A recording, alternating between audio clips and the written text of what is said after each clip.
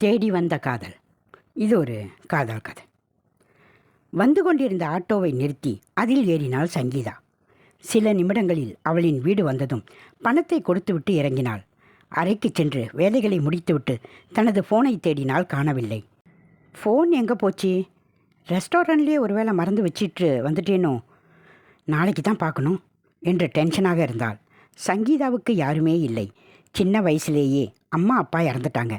படிப்பை தொடராமல் சிறிய சிறிய வேலைகளுக்கு சென்று இப்போது நிரந்தரமாக ஒரு ரெஸ்டாரண்ட் ஒன்றில் வேலை செய்து வருகிறாள். மறுநாள் காலையில் வேலைக்கு செல்வதற்காக வெளியே வந்தாள். நேற்று வந்த ஆட்டோ வீட்டு வாசலில் இருந்து சிறிது தூரத்தில் நிறுத்தி வைக்கப்பட்டிருந்தது. அவள் ஆட்டோ அருகில் வந்ததும், ஏங்க ஒரு நிமிஷம், நீங்கள் நேற்று ஆட்டோவில் ட்ரைவ் பண்ணவர் தானே? ஆமாங்க என்று ஃபோனை எடுத்து, இது உங்கள் ஃபோன் தானே என்று கொடுத்ததும் சந்தோஷத்தில், ஆமாங்க என்னோட தான், ராத்திரி முழுக்க தேடினேன், ஒரு வேலை பார்க்குற இடத்துல வச்சுட்டு வந்துருப்பேனோன்னு நினச்சேன், ரொம்ப நன்றிங்க. பரவாயில்லைங்க, வாங்க நானும் அந்த பக்கமாக தான் போகிறேன், ட்ராப் பண்ணுறேன் என்று அவளை ஏற்றிக்கொண்டு வேலை செய்யும் இடத்திற்கு ட்ராப் செய்தான். ஏங்க போகும்போது சொல்லுங்கள், வந்து ட்ராப் பண்ணிக்கிறேன், நீங்கள் வேணும்னா மாதம் முடிஞ்சு பணம் கொடுத்தா போதும். ஓ, மார்க்கெட்டிங்கா?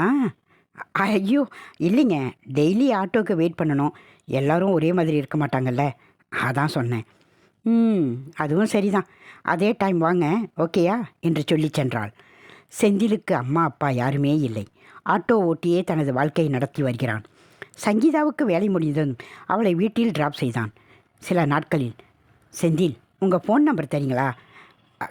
தேவை எதுவும் இருந்தால் ஃபோன் பண்ணுவல்ல, அப்புறம் வேலை முடிஞ்ச பிறகு ஃபோன் பண்ணுறேன், ஏன்னா சில நேரத்தில் லேட் டைமில் கஸ்டமர் யாரும் வந்தால் லேட் ஆயிரும், நீங்கள் வேறு வெயிட் பண்ணணும்ல, அதான். சரிங்க என்று தனது ஃபோன் நம்பரை கொடுத்தாள். இப்படியே சில நாட்கள் செல்ல நல்ல நண்பர்கள் ஆனார்கள். வேலையிலிருந்து வீட்டுக்கு செல்லும்போது, செந்தில் உங்களை பற்றி எனக்கு தெரியும், என்னை பற்றி உங்களுக்கு தெரியும், நான் என்ன தான் மூணாவது மனுஷனாக இருந்தாலும் நல்லா பேசுகிறீங்க, கவனமாக நடந்து கொள்கிறீங்க, மொத்தத்தில் ஒரு நல்ல மனசு எனக்கு யாரும் இல்லை, உங்களுக்கும் யாரும் இல்லை, எனக்கு நீங்களும் உங்களுக்கு நானும் வாழ்க்கை பூரா இருந்தால் நல்லா இருக்கும்ல, என்ன நினைக்கிறீங்க? திடீரென்று ஆட்டோவை நிறுத்தினான். என்னங்க பேசுகிறீங்க நீங்கள்? அட்லீஸ்ட் நான் ஒரு ஆட்டோக்காரன், என்னையா என்ன போய், நான் கூட தான் ரெஸ்டாரண்ட்டில் ஒர்க் பண்ணுறேன், இதில் என்னங்க இருக்குது? இங்கே பாருங்கள் செந்தில், அவங்க தொழில் அவங்களுக்கு பெருசு, நான் எதிர்பார்க்கறது உண்மையான அன்பு, பெற்றவங்க மாதிரி பார்த்துக்கொள்கிற அந்த இதயம் அது உங்ககிட்ட இருக்குது. நான் ஏங்கிறதும் உண்மையான அன்புக்கு தான், வேறு எதுவுமே இல்லை செந்தில், என்னை ஏற்றுப்பீங்களா?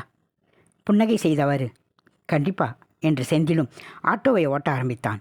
சில நாட்களுக்கு பிறகு சங்கீதாவும் செந்திலும் சங்கீதா வீட்டில் காப்பி குடித்தவாறு பேசி கொண்டிருந்தனர்.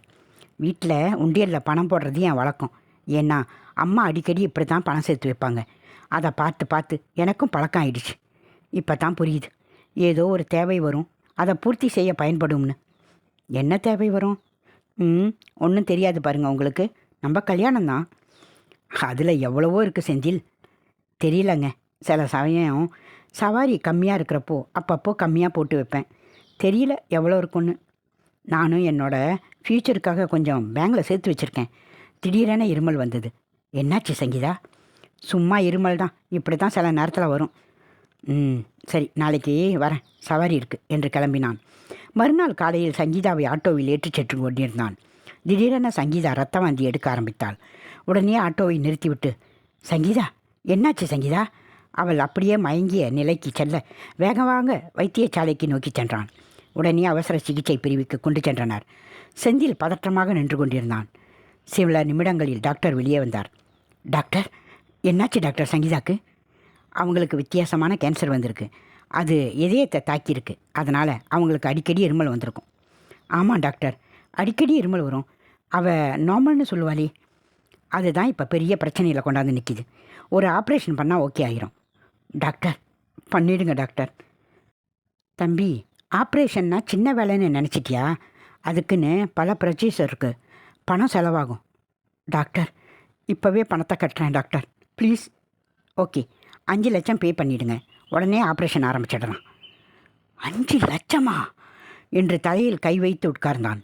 தம்பி, இன்னைக்குள்ளே பண்ணியாகணும், இல்லைன்னா பிழைக்கிறது கஷ்டம், சீக்கிரம் பணத்தை கட்டுங்க, வாங்க. உடனே சங்கீதா பணம் சேர்த்து வைத்திருக்கும் பேங்க் நோக்கி சென்று மேனேஜர் அறைக்கு சென்றான்.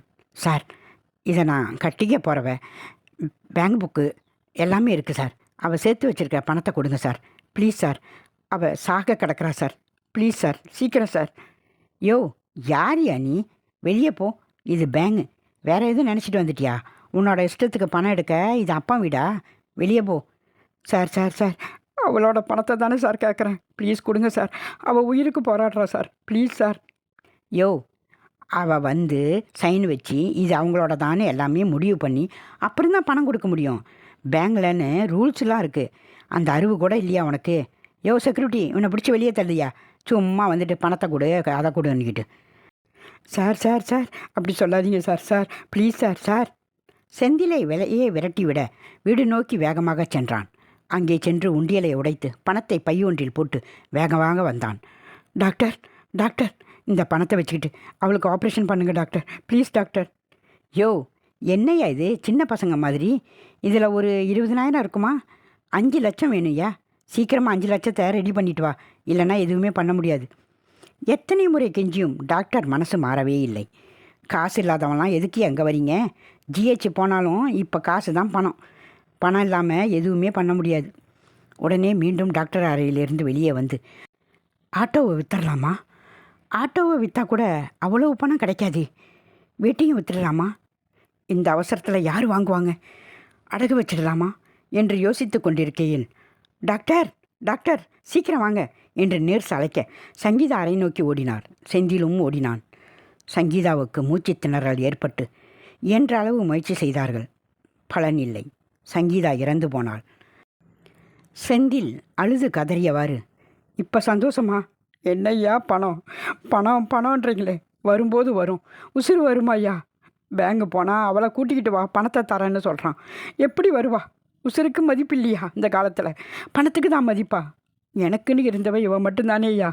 நான் பணத்தை கொண்டு வந்து கொடுத்தான். சங்கீதா உசுரோட வந்துடுவாளா? சொல்லுங்க ஐயா, சொல்லுங்க என்று சரிந்து விழுந்தான். கண்ணீரை துடைத்தவாறு, பணம் என்னையா பணம்? நான் சேர்த்த பணம் எனக்கு கை கொடுக்கலையே. அவள் சேர்த்து வச்ச பணமும் அவள் உசுரை காப்பாற்றலையே. தேவைக்கு பயன்படாத பணம் எதுக்குயா? என்னத்துக்குயா பணம்? இப்படியே சில நாட்கள் சென்றன. தினமும் உழைக்கும் பணத்தில் ஒரு பகுதியை அவன் செலவுக்கு எடுத்துவிட்டு இல்லாதவர்களுக்கு எல்லாவற்றையும் கொடுத்துவிட்டு செல்வான். நமக்கு பயன்படாத பணம் அடுத்தவனுக்கு ஒருவேளை பசியாற்ற உதவும் என்று அவன் ஆட்டோ பின்னால் எழுதியிருந்தது.